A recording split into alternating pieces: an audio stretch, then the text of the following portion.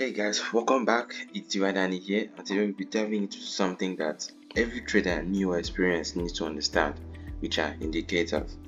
So now I understand lots of people think indicators are magic tools that predict the future, but honestly, they are not. Indicators help us to interpret what price is already doing. So today I'm going to walk you through some of my top 10 indicators, the ones that actually make sense when you understand structure and market behavior. So if you're a total beginner in trading, this video is also for you. If you're learning as well as I am, this video is also for you. And even though you're an experienced trader, but yeah, this is not audience limited. So let's start with the basics.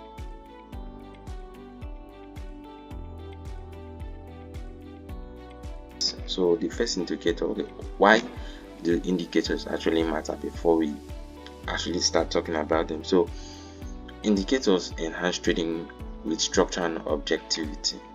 Trading indicators provide essential structure and clarity to market analysis, enabling traders to make informed decisions, identify trends, and optimize entry and exit points effectively. So as a learning trader, I found personal indicators really helpful to help set my exits and take profit and stop losses. So indicators really matter for both technical and even using indicators for analysis.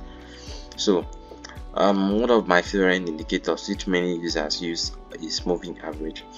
So what does the MA do? So it smoothes trend. So if you look at any traders chart today, you're likely to see a moving average indicator. So it helps identify price trend. It helps smooth out price action and shows you the trend direction. You've got the simple moving average and the exponential moving average. I personally use the EMA. It reflects faster to price, and on short-term EMAs crosses the long-term EMAs, one boom. That's actually how you see the trend going. So you're talking about 21 and the 50 EMA. When the short is over the long one, you know that okay, this trend is moving this way. And we talk about the RSI. So the RSI tells you when the market might be overbought or oversold. So there are some situations where over 70 is that's bulls. That's when the bulls are tired. That's when the bullish trend is getting weak, and below 30 is when the BS is getting tired. So but don't just trade the numbers, combine it with other structures. So we are going to look at other indicators you're likely to join or to combine the RSI with. Next, I hope you can guess, is the MACD. So think of MACD like a momentum detector. When those lines crosses or when you spot a divergence with price, it's often a cue that the trend is about to shift. So MACD works pretty well with your RSI. Your RSI, those two work hand in hand, depends on your strategy per se. So next up we have the broiler brands, right? The broiler brands, these brands wrap around price based on volatility. If they tighten up, you get ready. That's usually before a big breakout. If price hits the top or bottom band repeatedly, it's showing strength or exhaustion.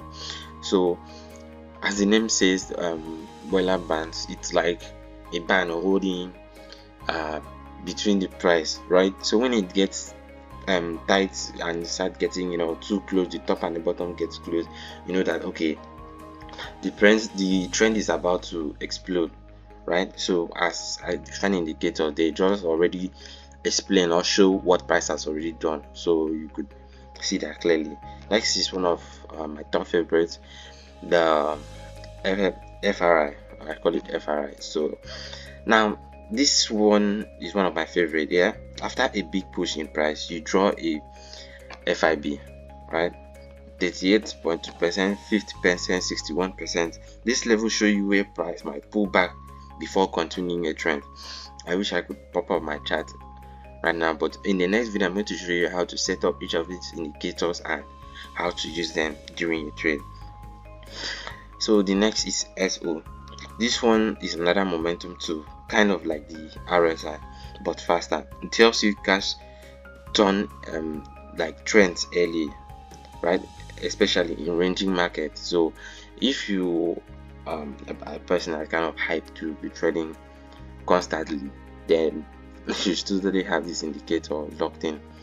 So it shows you momentum shifts, overbought signals and oversold signals. Then another general indicator, if you're opening a chart freshly, is always you're going to see a volume indicator. Volume confirms everything. If price is moving up and volume is high, it means big money is behind the move. Low volume moves, you have to be cautious. That often is just noise. So as like, yeah, if you're using trading view or other trading tools, most times by default you have those volume indicators set, just like a little bit transparent on your chart. Then next we have the I don't know, I'll just call it the IC inside, right? Because it's the IC inside, right? So it sounds fancy. It sounds fancy when you actually look at the name. Not everyone can actually pronounce that. That's why I just call it the IC inside. So it's powerful. It gives you trend, momentum, and support resilience all in one glance. So it's like a dashboard for price insight. So this insight actually gives you the breakdown of most of what our indicators are doing. It's like you looking at the dashboard of what that pair price is doing. Then we have the ATR.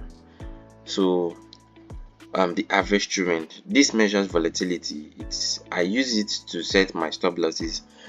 Higher ATR, wider stop losses. It saves you from getting wicked out unnecessarily.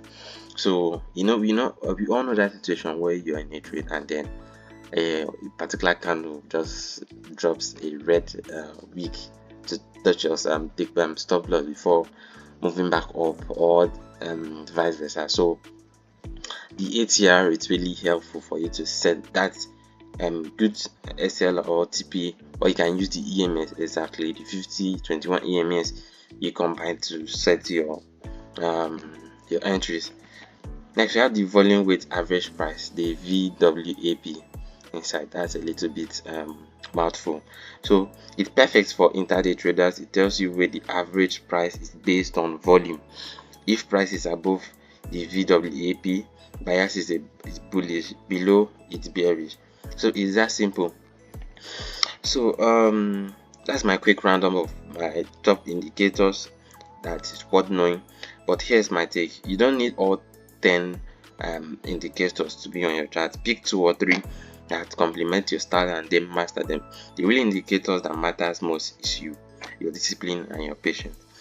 So personally, the indicators I use are the EMS, that's the 21 and 50 EMS. Then I switch over to the MACD for confirmations, and most times I look at my RSI, right? So I know if the trend is getting big or is still strong. So that's it for today's video. If this breakdown helped you, drop a comment below and tell me your favorite indicator. And if you're new here, don't forget to drop a subscribe if you enjoyed this video. I will talk strategy, structure, and grow every week. So hopefully next video we'll look at how we can apply each of these indicators and how they can make us some profitable trades. Ciao.